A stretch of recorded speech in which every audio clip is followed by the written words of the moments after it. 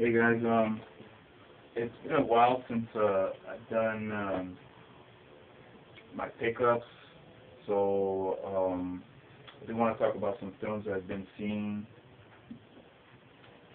and also a film called Maniac Cop, which a coworker lent me. I don't have it presently, but I know there's two other sequels, and it's basically about a guy that he you get to meet Bruce Campbell's character. He's a cop, and then things start going wrong, and then you're trying to figure out the plot. And there's of course a maniac cop going around killing people, and you're trying to figure out who's doing this. It's kind of, and then the plot starts to develop and stuff, so it's a really cool slasher flick from the 80s. If you like 80s slasher flicks, I personally do love them. It's very cheesy, but I do highly recommend it.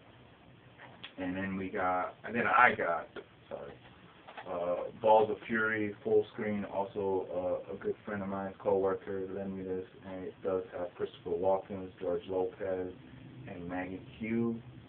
I hope you can see her right there. She's fucking really cute, actually. She's really cute, actually.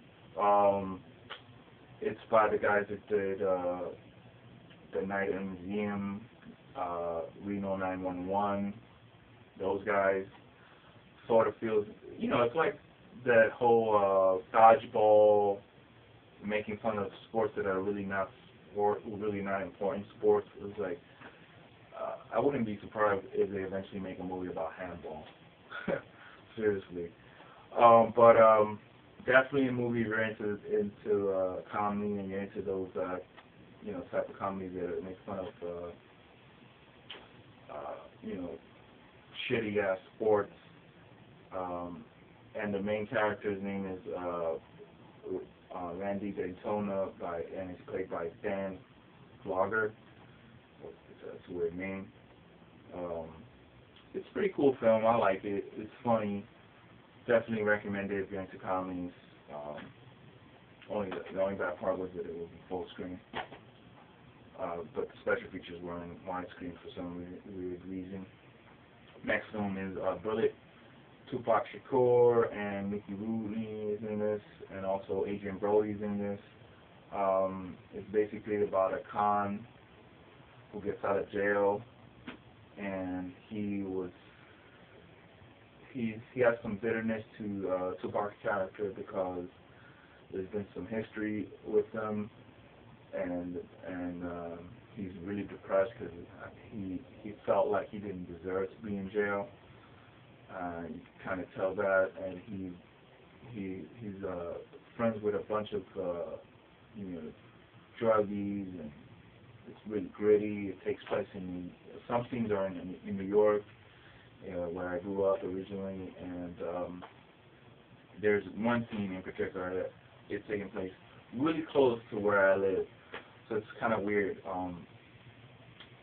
I don't know, my neighborhood, there's a lot of films that have been filmed there in my neighborhood, and I can tell you some of them, like Alfie with Jude Law was filmed around, really close to where I live in New York. I used to live when I lived with my parents.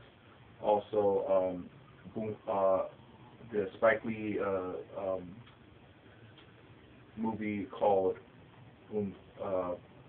Boondazzle, I believe that's how you pronounce it.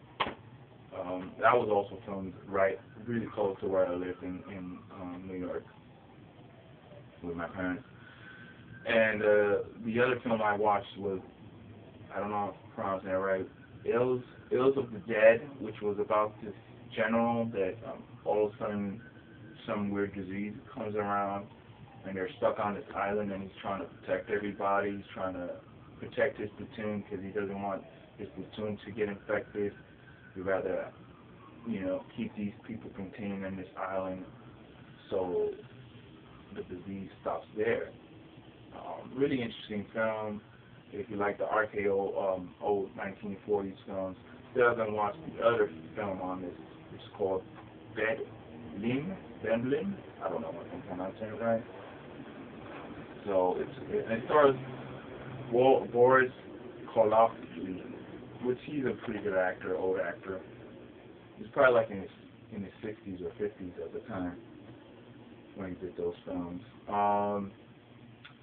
Then I bought this off of fucking GameStop, Rise of the Argonauts, with this shitty ass cover. I didn't know it was gonna come in this shitty ass cover. I felt like returning it, but then I was like, fuck it, you know, I'll just buy it again and probably give it away if someone wants it. But presently, this is what I got. And Need for Speed Hot Pursuit 2. I got that for $10, by the way. The Rise of the Argonauts. I got this with a bundle. Hot Pursuit 2, Mario Party 8, Need for Speed Carbon, Call of Duty 3, Madden 07, Rock Band, which doesn't have Rock Band in here. They had Wii Carnival games, and I got all of Wii games and the GameCube game for $3. Yeah, that was a pretty good price. And I don't own a Wii, but I figured, what the fuck. I probably will eventually. Joyride 2, 90 cents. The Big Idea. This is about a few filmmakers, never heard of them, but I guess a bunch of shorts.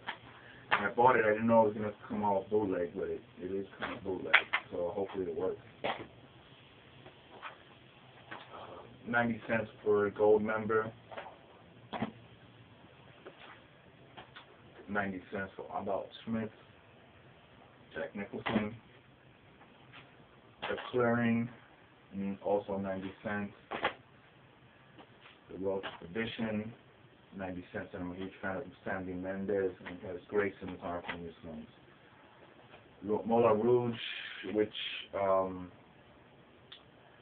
you know, I'm not the hugest musical fan, but I decided to pick it up because it was cheap, $2.73. What else was I about to say there? But Galaxy Quest, I do enjoy Tim Allen. I think this is a pretty good comedy if you're into sci-fi, and it was 90 cents. Small Time Crooks by Woody Allen. Great cast, and I'm a huge fan of Woody Allen's films. 90 cents for Jurassic Park. Really enjoy Jurassic Park. Did hear that it was going to come out in Blu-ray, so I'll probably pick that up eventually. But it does have a lot of special features, as you can see, and I do like the cover, how it looks. And the last film, The Last King in Scotland, which is a film I've been wanting to see for 90 cents as well. So yeah, that's about it. I'll see you guys later. Enjoy the rest of the week.